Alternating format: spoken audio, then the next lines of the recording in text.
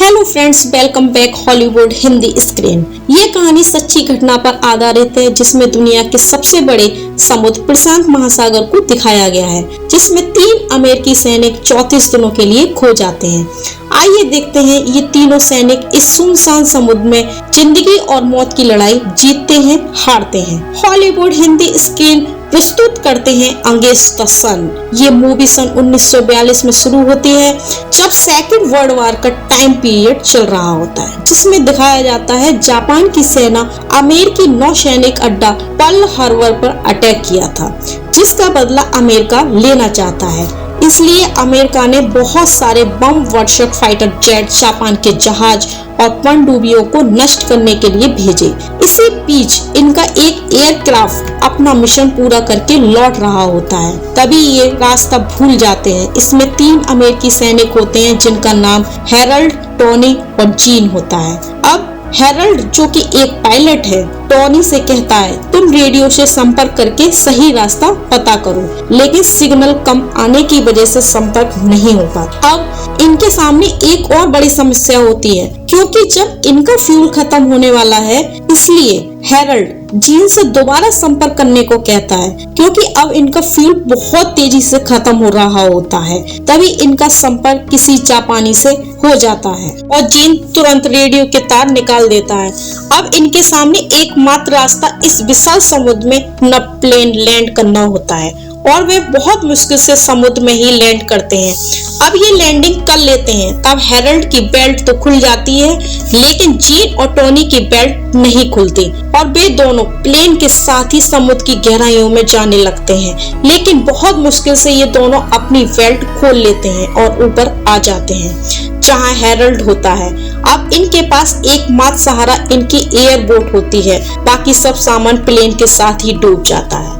ये उस छोटी सी एयर बोट में बैठ जाते हैं। इनके चारों तरफ सिर्फ विशाल समुद्र है और कुछ नहीं। रात होने पर ये तीनों सो जाते हैं और अगली सुबह उठकर सोचते हैं कि यूएसए की आर्मी इन्हें ढूंढने जल्दी आएगी, और होता भी ऐसा ही है। तभी इनको एक प्लेन आसमान में दिखाई देता है, जिसे देखकर ये तीनों बहुत खुश होते हैं और जोर जोर से आवाज लगाते हैं। साथ ही अपनी शर्ट उतारकर हवा में घुमाते हैं, जिससे कि प्लेन के लोग इन्हें देख लें, क्योंकि इनके पास फ्लेयर गन नहीं होती। लेकिन किस्मत फिर इनका साथ नहीं देती। वो प्लेन इन्हें बिना देखे ही निकल जाता है, जिससे इनको बहुत दुख होता है। अब कहीं ना कहीं समझ चुके हैं इनको काफी टाइम तक यही सरवाइव करना पड़ेगा, क्योंकि इस विशाल प्रशांत महासागर में इनकी बोट बहुत छोटी है, जिसको ढूंढ पाना नामुमकिन है। अब इनका पायलट हैरल्ड कहता है हमको सभी भारी सामान निकालकर समुद्र में फेंकना होगा, क्योंकि इस छोटी सी बोट पर ज्यादा वजन के साथ हम नहीं रह सकते। इसलिए अपना गैर जरूरी सामान, जैकेट, जूते समुद्र में फेंक देते हैं। लेकिन हैरल्ड अपने जूते नहीं फेंकता, जिसका रीजन वह बताता है अगर हमें जमीन मिल गई तो मदद लाने के लिए किसी एक के पास जूते जरूरी हैं। जब रात हो जाती है, तब इन तीनों के सामने एक और प्रॉब्लम होती है, और वो होती है सोने की, क्योंकि इनकी बोट बहुत छोटी है, जिस वजह से ये तीनों एक साथ नहीं सो पाते। इसलिए ये डिसाइड करते हैं कोई एक बंदा सोएगा और 2 जागेंगे। इनका साथी हैरल्ड समझ जाता है कई दिनों तक इनको पानी नहीं मिलने वाला, इसलिए अपना यूरिन जूते में करके पी लेता है। अगले दिन हैरल्ड इन्हें बताता है अब हमारी बोट हवाई द्वीप की तरफ जा रही है, जो यहाँ से लगभग 2000 मील दूर है, और हमारे पीछे है दक्षिण अमेरिका, जो यहाँ से बहुत दूर है। हैरल्ड ये सब इसलिए जानता है क्योंकि वो इन दोनों से सीनियर है, साथ ही वो एक पायलट है। हैरल्ड कहता है कि हवा के साथ इसी स्पीड से आगे बढ़ते रहे तो कुछ हफ्तों में हवाई द्वीप पर पहुंच जाएंगे। तभी जीन कहता है कि क्या कहा तुमने, कुछ हफ्तों में तो हम भूख प्यास से ही मर जाएंगे। तभी टोनी कहता है हमारे चारों तरफ मछलियां ही मछलियां हैं, हमें कुछ करना होगा। अब यहाँ इनके पास जो सामान होता है उसकी मदद से ये मछली पकड़ने का कांटा बनाते हैं। इनके पास एक पिस्टल होती है, जिसको मैगजीन की स्प्रिंग से ये मछली पकड़ने का कांटा बना लेते हैं और उसे पानी में फेंकते हैं। तभी इनके कांटे में एक मछली फंस जाती है, और जब ये उसे ऊपर खींचते हैं तो इनका धागा टूट जाता है, क्योंकि मछली बड़ी होती है और इनका कांटा पानी में चला जाता है। अब दोपहर को यहाँ बहुत तेज धूप होती है, जिस वजह से इन तीनों को बहुत गर्मी लग रही होती है। जीन से ये गर्मी सहन नहीं होती, जिस वजह से वो समुद्र में कूद जाता है और ये देखकर टोनी भी पानी में कूदने वाला होता है। तभी हेरल्ड कहता है, मैंने सुना है इस पानी में शार्क रहती है। ये सुनकर जीन डर जाता है और जल्दी ऊपर नाव में आ जाता है। इसी तरह से इस विशाल समुद्र में 5 दिन हो जाते हैं और इन 5 दिनों में इनको खाना पीना कुछ नहीं मिला है। इस वजह से ये बहुत कमजोर हो गए हैं। एक दिन जीन को बहुत तेज प्यास लग रही होती है, जिस कारण वह खुद पर कंट्रोल नहीं कर पाता और समुद्र का पानी पीने लगता है।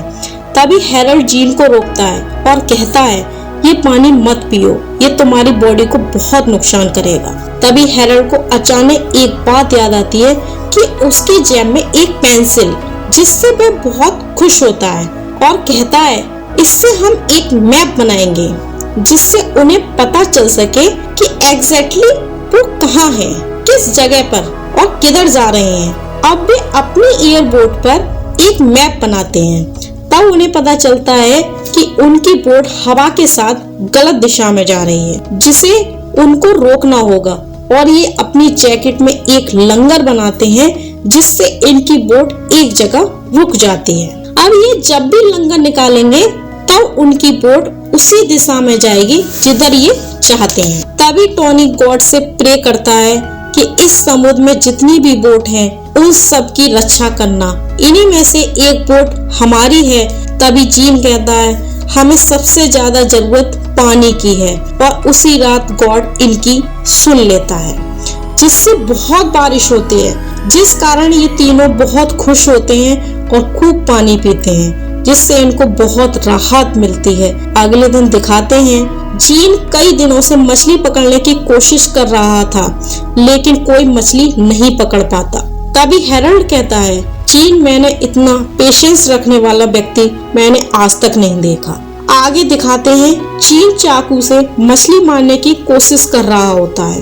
तभी एक मछली आती है और जीन चाकू से उस पर तेजी से वार करता है। तभी उसे महसूस होता है कि उसने गलती से अपनी बोट में चाकू मार दिया है और ये बात हेरल्ड को बताता है। तब हेरल्ड कहता है, चाकू बाहर मत निकालना, अगर तुमने चाकू बाहर निकाला तो हमारी बोट में पानी भर जाएगा, जिस वजह से सब खत्म हो जाएगा। तभी जीन कहता है, ये तो मछली है और वो भी शार्क मछली का बच्चा, और वह उसे ऊपर खींच लेते हैं और उसे मार देते हैं। उसके पेट से छोटी छोटी मछलियां भी निकलती हैं, जिससे ये बहुत खुश होते हैं, क्योंकि एक सप्ताह के बाद बढ़िया खाने को मिलता है, जिससे इनकी बॉडी को एनर्जी मिलती है। यहाँ पर हेरल्ड टोनी और जीन से कहता है, जब मैं घर जाऊंगा तो मेरी बीवी मुझ पर बहुत नाराज होगी। और वह टोनी और जीन से पूछता है, क्या तुम्हारी शादी हो गई है? तभी टोनी कहता है, मेरी एक गर्लफ्रेंड है।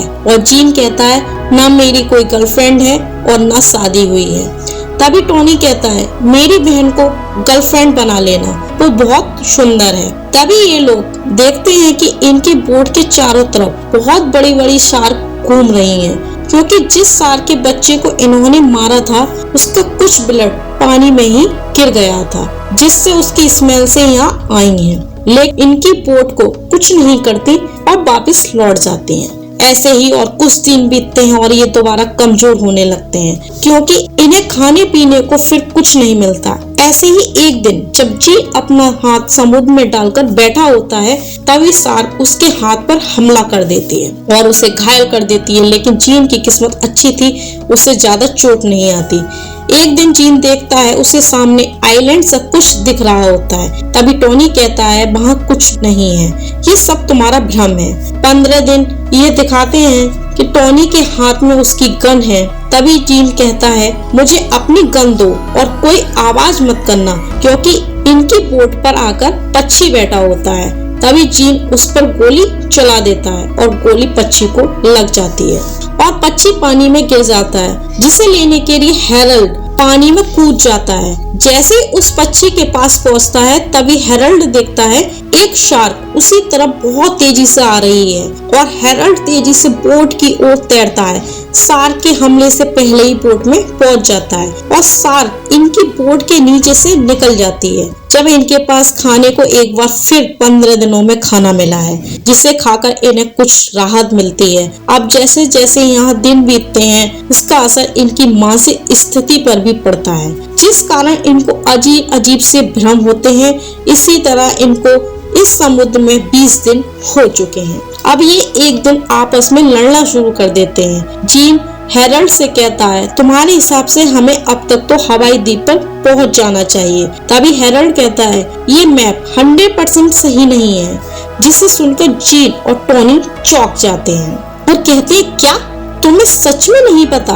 तुम्हें सच में नहीं पता है कि अभी कहाँ पर हैं? हेरल्ड अपनी गलती को मानता है और उन्हें बताता है कि वह सब ऊपर हवा में थे तो वह कुछ देर के लिए सो गया था। इस वजह से वे अपना रास्ता भटक गए। हेरल्ड को भी अपनी गलती का पछतावा होता है और वह रोते हुए उन दोनों से माफी मांगता है। तभी हेरल्ड को एक आइडिया आता है। वह चाकू से जूते फाड़कर उसे सॉल से 2 चप्पू बना लेता है, जिनकी मदद से वह अपनी दिशा में जा सकते हैं। लेकिन इनकी मंजिल इतनी आसान नहीं है। धीरे धीरे कुछ और दिन बीतते हैं, जिससे इनकी हालत बहुत खराब होने लगती है, क्योंकि अब इन्हें 30 दिन हो चुके हैं। अब इनमें इतनी हिम्मत भी नहीं कि ये आपस में बात कर सके। लेकिन एक बार फिर किस्मत इन तीनों का साथ देती है और बारिश शुरू हो जाती है। तभी ये देखते हैं कि सामने से बहुत बड़ा तूफान भी आ रहा है।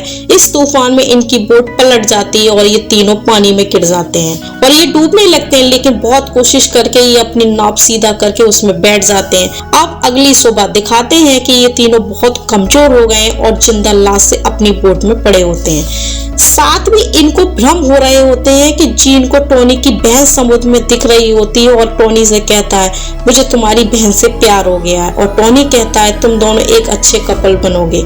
हेरल्ड ये सब सुनकर दुखी होता है और कहता है, मुझे नहीं पता ये सब ऐसे खत्म होगा, और उन दोनों से एक बार फिर माफी मांगता है। तभी टोनी हिम्मत करके उठता है और कहता है, अब हम मंजिल के बहुत नजदीक आ गए हैं, हम ऐसे ही हार नहीं मान सकते, और अपना चप्पू चलाने लगता है। ये देखकर वो दोनों भी उठ जाते हैं। लेकिन यहाँ पर रियलिटी तो ये है कि ये खुद को कितना भी मोटिवेट रख लें, लेकिन ज्यादा दिन भूखे प्यासे बच नहीं सकते। अब इनको समुद्र में 34 दिन हो चुके हैं। अब इनमें हिलने डुलने की भी ताकत नहीं है। तभी हेरल्ड समुद्र का पानी पीने लगता है। तभी जीन कहता है कि मुझे सामने कुछ हरा हरा दिखाई दे रहा है। जब ये तीनों उठकर देखते हैं तो वह एक आइलैंड होता है, जिसे ये देखकर ये तीनों बहुत खुश होते हैं और इनके अंदर एनर्जी आ जाती है, क्योंकि 34 दिन समुद्र में रहने के बाद जमीन को देखते हैं। अब ये बहुत तेजी से बोट को उस ओर ले जाते हैं। अब कुछ देर में किनारे पर पहुंच जाते हैं। सामने इन्हें 2 झोपड़ी भी दिखाई देती हैं, जिस तरफ ये तीनों चल पड़ते हैं और इस तरह मुश्किल सफर खत्म करके ये तीनों 20 फरवरी 1942 को पूका पूगा नाम के आइलैंड पर पहुंचते हैं। ये कहानी हमें सिखाती है, अगर आप आशावादी हैं और बुरी से बुरी परिस्थितियों में आगे बढ़ने का और लड़ने की क्षमता है, तो आप कोई भी लक्ष्य पा लेंगे। ये है वीडियो का एंड। जय हिंद साथी।